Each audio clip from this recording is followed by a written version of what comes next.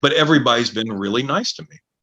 And I've heard stories like the first feature film I did was Jean-Claude Van Damme, who was a huge action star at one point, and he's Yeah. still a big international draw. I did not realize how big he was still internationally until Mhm. I did that film. And I'd heard some stories like, oh, JC can beat that dude was so nice to me. I actually would look around like, is this a joke? Like, did somebody set me up? Like, he was so out of his way nice to me. Like, I Mhm. couldn't. But then, everybody's like, oh, yeah, yeah, he used to be big. We beat Mission Impossible in China. This movie we made in Mobile, Alabama, beat Mission Impossible in China. He is huge internationally. I Yeah. get fan mail from Pakistan because I was in a movie with him. Like, I get the Oh, most random stuff. that's so cool. It's interesting. So But yeah, amazing. but I've yet to meet anybody. Most of the time, it's the opposite. Like, I just go in like, hey, I'm gonna be a professional. Hey, I don't make a big deal, and Mhm. everybody consequentially is really cool with me. And I Yeah. stay in touch with some people. We Yeah. talked about Tyson Ritter, who's just the nicest guy. The nicest guy. He's Yeah. just a beautiful soul. He's a great artist, and I just love that guy to death. Yeah. But some people are like, oh my God. And I'm like, it's Tyson. He's just a cool, but just such a super nice guy, just a sweetheart. Mhm. It's the people, I don't know. The people from the horror movies are cool, which is always funny to me. I'm sitting around drinking with, Daig, who was like in the Rob Zombie Halloween. I'm just like, this is so, Oh. my life is so weird. Like somebody will ask me, like, what'd you do this weekend? I got drunk with the kid who called Will Smith an asshole in Hancock. What'd you do? But that's my weekend. Yeah. That's cool. Sorry. No, it's okay. Speechless. Um, what advice would you give to aspiring actors? How long you got? We got time. I will honestly, we're gonna go back to old Phil. He gave me some advice and it was great. And it also plays off something I read in a book from Bryan Cranston not too long ago. Mhm. If I sit here and dwell on every audition, because I've had some big auditions, I've had some parts that if I sat and dwelled on it, it would break my heart. Like recurring on The Walking Dead, or like the lead in some pretty big shows, like a big recurring guest star role or co-star in this, or, oh, this feature film, like this is a big part. If I sat and dwelled in the ones I've lost, Mhm. this business is brutal. I'm going to quote Phil. And this was more when you went audition live, but it's still the same principle. You go in, you give them your gift, and then you forget about it. And the best thing that ever happened, I did the Creepshow audition. I felt really good about it, submitted it, and I'm just going to forget about it. And then my agent called me and she had just emailed me about something else. I'm like, yeah, I got the email. She's like, yeah, that's great. That's not why I'm calling you. Mhm. Creepshow wants to book you. Yeah. And it was just such a great, because I had completely forgotten about it. If you sit around like, and I used to be so bad about this would change my life. Oh my God, if I just got this part, oh man, that would be a great role. Oh my God, I'd be in this scene with Dwayne Johnson. That's going to be so good on my demo reel. And if you just sit around and do that, this business is heartbreaking. The audition is the job. You do the audition. Now we got video, so we can look at it and go, am I happy with this? If I Mhm. can turn in an audition and go, was this the absolute best I could have given this casting director? If I say yes, let's forget about it. Mhm. And if they call me later, great. Yeah. That's, if I could give people advice, aspiring actors, audition, master every little thing, the stuff that people take for granted, the background, make sure it matches your skin tone. Make sure your sound is good on your camera. Make sure you got it. For the love of God, don't do it vertical like I'm doing right now. Don't, every little thing that it should be about the acting, but really in this day and age, you got to make sure it's competitive. So every little thing, you got to make sure that shirt you're wearing matches just right to the background and your skin tone. Are you in character for that? Is your haircut for the period? All these little tiny things that most people, it's so competitive. You got to have every little advantage. A friend of mine, he'll, do an audition and I'm like, you're not off book. I'm like, I'm close. I'm like, dude, they don't give a fuck about close. Mm-hmm. Close ain't gonna book. You better don't even send. Just turn down the audition if you're not going to be absolutely off book 100%. If you can't do that, don't do it because they're Mm-hmm. going to look at it and be like, oh, this guy's shit. Yeah. They're not going to. No, don't turn in a half-ass audition. I tell people decline it if you're not going to do it right. Don't do it. Mm-hmm. I'm thinking about not even that would make any money for me, just like a small, like, listen, acting 101, and just like invite people that I know are like, I want to get into it because it's just the most basic stuff. I've seen people get onto a film set and I'm like, they don't know what hitting your mark is or about eye line. They just, they just happen to do a decent audition. They're like, yeah, sure, we'll put you in. Or just the business. Like there is kind of a hierarchy, how do I get started? Okay. You got to build your resume. Don't be too good to do student films, passion projects to get that footage. Do these things you got to do. I was lucky, and I want to say I worked as an actor for over a year before I made 1 cent. Mm-hmm. Like I actually got any kind of paycheck. I take that back. I got a paycheck for being background. They got tricked into doing stunts, but that's a whole nother story. But I mean, you see people who just expect like, I'm going to be this overnight sensation. And like, no, it's a lot of work, a lot of heartbreak. And I want to say I was an actor for over a year before I made anything, Mm-hmm. much less I was years into this before I thought, all right, for all the money I've invested and all the time, I think it took me several roles where I could look back, go, I'm at least at the break even stage where I'm like, I've made enough to go, okay, this is for that camera equipment and those acting classes and this and that. And now we're at the point like, all right, it's that investment is starting to pay off, but do it because you love it. If you're going into this like, I'm going to be rich and famous, and it really is, I cannot stress to people enough, it's like winning the lottery. Mm-hmm. Because people, don't get me wrong, you should believe in yourself. You should be, if somebody asks you, are you a good actor? What do you say? Tell me. You tell me. You. Am I a good actor? Yeah. I mean, no, stop. I don't You know what know. the answer is? No, you know what the answer is? Am I me. what? Ask me if I'm a good actor. Are you a good actor? You're goddamn right I'm a good actor. You have got, if you don't believe that, a casting director sure as hell won't believe it. Mm-hmm. I promise you. That if I tell you one thing, you almost, I don't want to say an arrogance, but you have to have belief in yourself because this will test you. So if anybody ever asks you, are you a good actor? The only answer you should say is, you're damn right. I'm a damn good actor. I'm a damn good actor. That was terrible. Oh my God. I tried to do the accent. Oh my God. What the fuck was that? I'm a good actor. I'll say it with the Russian. I like that. That's good. I like that. The next time, and I get a lot of audition. You're like, we need like a Russian henchman looking guy. And you're like, I talk like this, and this is my Russian accent. Oh my God. I might get a consult. I like know 3 words. So when I do the slate, I'll go, just do it, And then I'm like, that's it. That's all. But I hope they don't ask me. Actually, I hope they don't think I speak.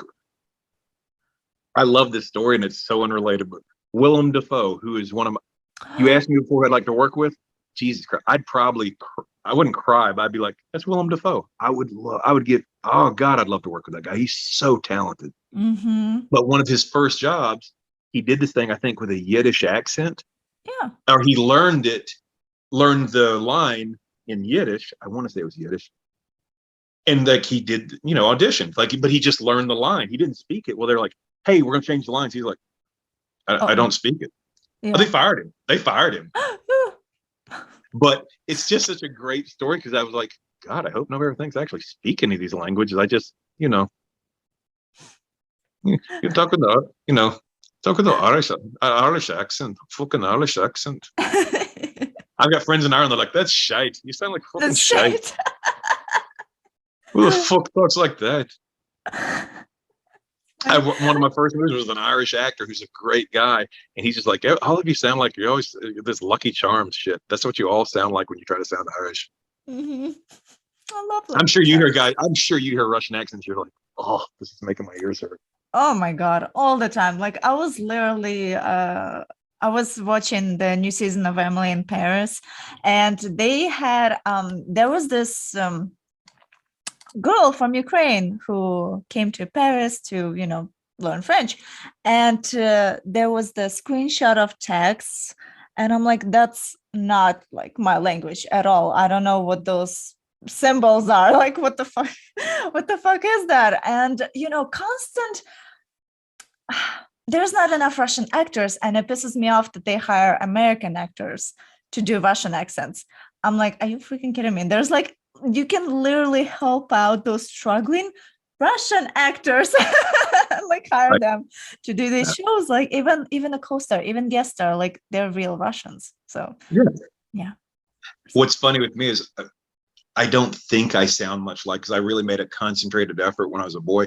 I'm from the deep South. I literally grew up on a cattle farm in Mississippi. Okay. I'm literally a cowboy. But I'll audition for stuff and they'll go, we need a Southern accent. All right. How y'all doing? Whatever. And they're like, can you sound more Southern? Like, can you make it more believable? I'm like, I'm fucking from the South. I grew up on a farm in the middle of fucking nowhere. But I made a point to try not, now if I, hey, what y'all doing? Hey man, what y'all doing over there? Man, I ain't got no time for that. I can do it, but I just go, ugh. But that's what people like when you watch a movie like, oh God, what's that? Con Air, and Nicolas Cage is doing a Southern accent. I was sitting there going, I want to kill myself right now. That was so terrible. That is so like, and again, I have a lot of respect for him. He's a great actor. I think he's a great actor. I know a lot of people are like not big fans of his these days. I think he's awesome. But his Southern accent in Con Air, I want to throw a rock at my TV. Let go of the bunny. What'd you say? Bunny? Yeah, there's something like he had a stuffed rabbit or something. Let go of the bunny. It's so painful to hear somebody do a bad Southern accent. You're just like, ugh. So you relate. But I went on a whole tangent. But if I had advice for actors, make sure that you are train, be in class, and do not overlook the little things. It's so competitive. Like I said, backdrop matching your skin tone. If make sure you're dressing, if not in costume, but like appropriate for the character type. Make sure, and for the love of God, be off book. Like if it's for television, you better have every A, N, and D, because the writer is probably involved in the casting. Yeah. With some things, you have a little bit of flex room. With some stuff, it's like, if he says have not, or, this is, there are, don't say there are, no, like you say it like it's written. And then some casting directors are good about, and we'll give you, send us 2 takes and do one with your little interpretation. That's my pet peeve. Some casting directors, it's like they purposely make it so hard. Like when you're doing, now in the slate, we want you to say all this in a full body shot, then zoom in on your face. And then it's like, God, man, this has turned into a production. Yeah. Like I just, I honestly believe they do some of that to, if you can't follow instructions, you shouldn't be on a television or movie set. I really do believe that they actually use that as kind of a screening process. If you can't follow the directions to a T, why am I going to trust you to go on this movie set and not embarrass us? Because if a casting director says, hey, I think Tom's good, this is one of the guys I think you should take a look at. That's their reputation too. So if I go in there and just and not professional or don't show up, or that's a reflection on them. So I really do think they do some of that stuff and make it harder than they have to really screen out people. I genuinely believe that. Yeah. It's like, who's serious about this? Who's not? Who's a time waster? I'm telling you. I am telling you.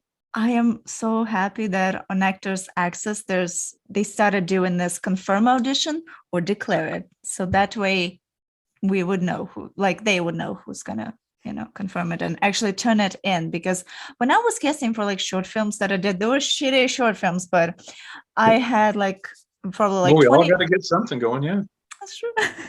And I had like 20 people submit like headshots, demo reel, and I looked at it, and then I sent probably like I don't know, like 15 people auditions, and only I got 2 back. And I'm like, oh, what Really? the fuck, guys? Yeah. Yeah, and well, those people aren't, That's how it is. honestly it is. And you also do get a lot of flighty kind of people in this where like, I want to be an actor. Yeah, but do you want to do the work? And it's a lot. And I always try to prep people because everybody looks like, oh, you're an actor. That must be so glamorous. I'm like, let me tell you something. I work way harder on a film set than I do on my day job or anything else I do to make money. Acting, Tom Cruise got into a bunch of trouble several years ago because he said like, making a movie's like going to war. And people who went to war are like, really? Because I got shot. So they were kind of offended, which rightfully so. But everybody thinks, oh, you just sit around so glamorous. Let me tell you something. 14-hour days. It's freezing ass cold outside. You're 20 degrees, or you're inside and it's 100 degrees. But your character wore a big jacket when he got established, so you got to keep wearing that big ass jacket. The costume for Creep Show, I lost 5 pounds every day I put that on, sweating. Every day I lost 5. The first day I went home and I was like, I've got heat stroke. Like I'm shivering because I just got myself so dehydrated. Yeah. Then I figured out like, all right, I got to stay more hydrated, and I'll just figure out how the flap in this thing goes, and just, and go to the bathroom a little easier, which is hilarious when you see a guy dressed in a giant evil Santa outfit going to the bathroom. Excuse me. I'm wearing these contact lenses, so my eyes are completely black. And I'm like, hey, how's it going? How long did the makeup process take? Whew. The first day, the face was at least 2 hours. Okay. But I think by the third or fourth day, we had it down to like 45 minutes or so. It wasn't that bad. Nice. The suit, again, I work out. I'm a decent sized guy. I'm bigger now. I think I'm 230 right now, but I think I was 215 when we filmed that. But the problem was the guy who originally booked it, I don't know what he weighed, but it was not 215. Every day, and I'm not exaggerating, they lubed me up in KY jelly, and not a little bit of it. A lot of it. Dripping. And they shoved my ass in that suit. Like if the place had caught fire and they're like, run, I'd been like, well, I'm fucked. Like there's a scene where Greg Nicotera, again, great director, unappreciated for his comedic timing, because the show's funnier than it is scary. I let my son watch it. He's 9. It's not scary. Like he did not have nightmares. I'm supposed to be fighting, and I'm just like, Greg, I can't move like that. And he's like, just spread your legs. We blew the crotch out the first day. And I'm just like, yeah. If you watch it really, really close, if you know where to pause it, I'm wearing red, long, brief underwear because I blew the crotch the first day. And they're like, we can't really, if we fix this, just put these underwear on. But yeah, it was a great experience, but it's work, man. People do not appreciate. Like, I mean, I would go home just exhausted. Yeah. But again, this is what we asked for. It's our dream. We get paid. We're getting there. We're getting just little steps. Yeah. So what do you do in your spare time? Well, what's your like day job? What are you talking about? I have no spare time. I blocked this. My daughter's probably sitting at the room going like, are you done yet? I'm like, hang on. My typical day, I go to the gym like at 4 a.m. because that's the only time I get. I've got 2 kids. I try to be very involved in their life because they're everything to me. I'm married. My dad is disabled. He's had a stroke 8 years ago. He lives with me, so I'm kind of his caregiver too. I work full time. I have a day job as a home health therapist. So I work with disabled people during the day. And I also have a business partner who's an actor, Shane Willis, who's a very talented actor. He's just more involved in his business. He'd be where I'm at easily, but he maintains a large realty business. Oh, But I yeah. flip real estate on the side with him. He's mentored me a great deal with that. I try to give him some guidance with the acting. Mm-hmm. But Cool. he's one of those people, I promise you he'd be doing the same thing I am if he just was able to get away more. But he can't. Like, I know one audition he had that was just, dude, if you book it, he's like, I can't. It was like, but he had to go to Australia for 2 months. He's like, I can't do that. Oh, And I'm like, you can't turn that down. He's like, I can't go. I've got employees. I've got this. I've got that. And I'm just like, oh. Like, if I'd had that audition, I'd have been to stand at the door of the suitcase going, I love you guys, but I got to go. yeah. It's tricky. But like I said, it's just, it takes a big level of commitment. It's hard. But between the two jobs, acting, I go to the gym. I say I do Brazilian Jiu-Jitsu, but I'm so busy. It's like something has to fall off. So if I train like once a month, honestly, I'm doing pretty good. Mm-hmm. Yeah, between working out, maintaining a household, family, the main day job, the second side hustle, and auditions and acting. And I will tell you something. I'll leave you with this. One of the scariest things is, do you want to know what one of the scariest things you'll ever see? Yes. When it occurs to you, your dreams might be coming true. I was in a hotel in New Orleans. Yeah. I was down there filming that Hulu show. My agent calls me. She goes, hey, you're booked for this movie in North Carolina. Okay. I'm like, great. I'm on one job and booking another. And I call my kids and tell them, hey, guess what? Daddy got another job. And for the first time, they weren't excited. They were like, you mean you're going to be gone again? Oh. And I was like, when I got really emotional, I was like, if this starts taking off, I'm going to be gone a lot. Mm-hmm. And I got a 9-year-old and a 4-year-old. So it was a big. These are such good ages for the kids because they're like so innocent. My kids are awesome. But I had to stop and go, how badly do I want this? And it occurred to me for like just a split second to go, okay, I can't do this. Yeah. Like, and then I thought about it and I prayed about it and I talked to my kids and I explained stuff. And now this is what Daddy really wants to try to do for us. And everything got better. But there was a moment where I was like, oh my God, what if this starts really? And it was like, I got this booked. I'm going to that horror convention the next week. Like, I'm out of town as much as I am in town right now. Yeah. Like, I'm gone for a week here. I'm gone for a week there. I'm gone for that weekend. Oh, that next weekend we're booked up. Oh, wait a second. And that's not even counting if I get other stuff. And it was really kind of almost scary. And this, again, a lot of my friends are probably going to watch this and be like, yeah, that's a real problem. Sorry you're booking so much stuff, asshole. But it scared me because I had to start thinking like, I don't want to be that dad who's like, hey, I'm sorry I wasn't at your birthday, but I had, and it's happened. I missed one of my kids' birthdays once. I was filming a movie in Rhode Island. Yeah. I've missed stuff, and you have to stop and go, how badly do you want this? And if it ever comes to a point where it's like, I'm really hurting my children by not being around enough, I'll quit this. Yeah. No question. I love my kids way more than I love acting, which is what anybody normal should say. But we're making it work right now. We got a good support system. It's going good. I got no complaints. But yeah, there are moments, and you'll get it sooner or later, where you start going, this is starting to happen. And I've seen your auditions. I've known you for years. You're talented. You got a great niche. You got a great look. It's going to happen for you. But when it starts, I'm telling you, you're going to feel a little, oh my God, like you're going to get a little panic, like this might actually happen. And it's scary. It's a cool scary. And once you get through it, the next day I filmed my scene and I came off that set hungrier than ever. I was like, man, I want a lot bigger role than the shit I just did. Yeah. It was a great moment. Like I had a really small part in this Mike Tyson thing. Yeah. But it's a movie about him. It's not him. I auditioned for it.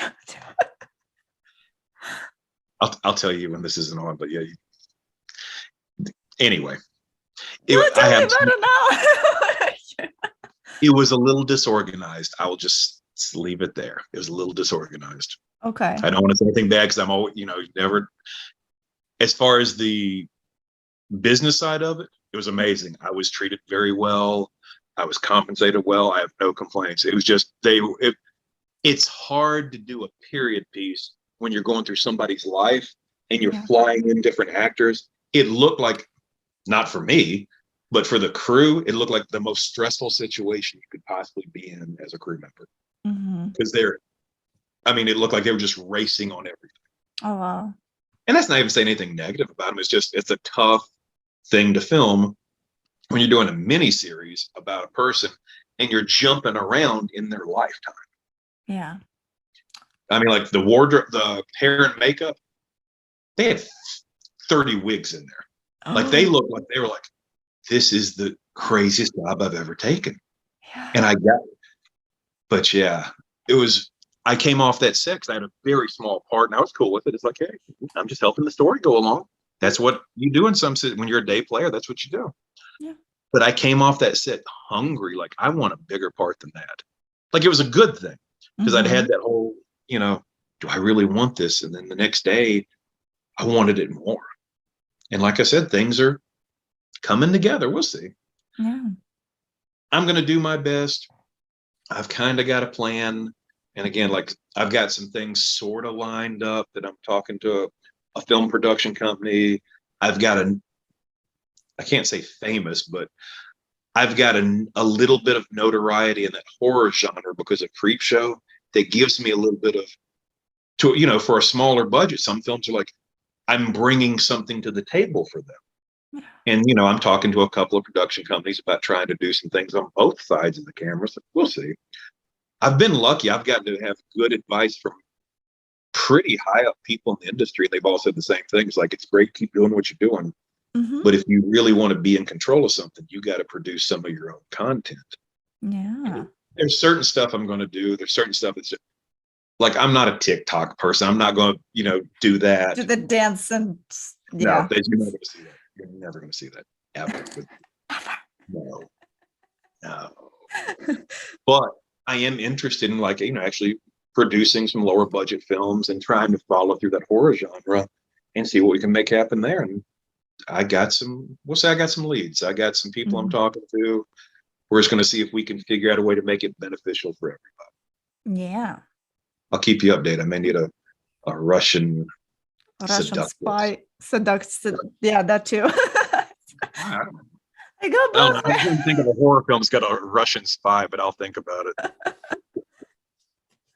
Awesome. Cool. Oh my gosh, I want to hear a lot of your stories. I think we went over the time for this podcast because that's okay. You edit this. This is up to you. Oh, this is questions. I'm like, I'm just gonna go. Yeah, no. Because God knows I love to talk about me. Yeah, and I love hearing about people. So I don't like to talk about me. It's all the same. God, I love to. I could just sit here all day. Awesome.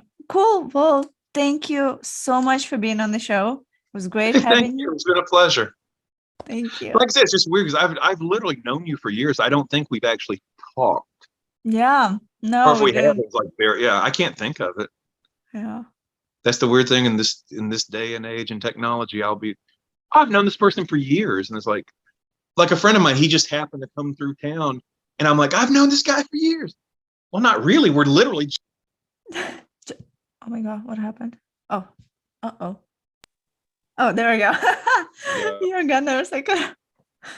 I'll return that in a second. My son's calling, so I guess that's my cue. Okay, cool. Well, thank you again so much. And thank you guys for tuning in. We'll see you next time.